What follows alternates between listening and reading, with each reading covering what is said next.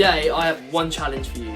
You've got to find 3 things wherever you are and you've got to make a basketball hoop. And once you've found those 3 things, come back and we'll carry on.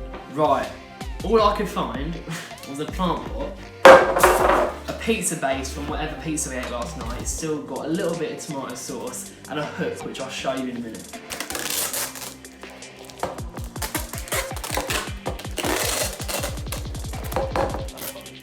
So once you've done that, find some things you can throw in it. I've got some scratch paper, I've got a basketball, and every time you take a shot, you get it in, take a step back. And I want to see how many step backs you can take. I'm quite happy with actually how far I've got. But I'm going to do one more shot and then we'll see how far I get. I don't know how yours was, mine broke, so we just kind of gave up.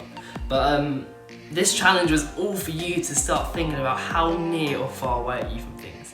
Are you really close? You get it in every time. Are you really far away and things are harder? I think with life, when we're really far away from things like people, we feel much more lost. And this is exactly the same with God. For a lot of us, I don't know what you think when I say the word God. You might think the old grandfather figure in the sky, an angry guy with a stick, just some weird distant figure in space somewhere. But the Bible really speaks that God isn't any of these things. God is personal and God is near. And that's the one thing I want to say to you today, is that God is near. There's a guy who lived a few thousand years ago called Elijah, and people say at the lowest point of his life, he goes out on a mountain.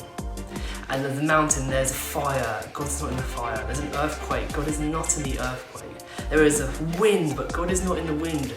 And then there was a whisper, and God was in that whisper. Because God doesn't want to just be distant, God wants to know you personally, and He wants to know that He is near. That in our hard times we don't pray, we don't look out to some distant figure, we know a personal God. And for me, this is what separates Christianity from everything else. This is for me what I say I have a personal relationship with God. Because religion seems to tell us that you have to do all this to get to find God. You have to do this to get to God.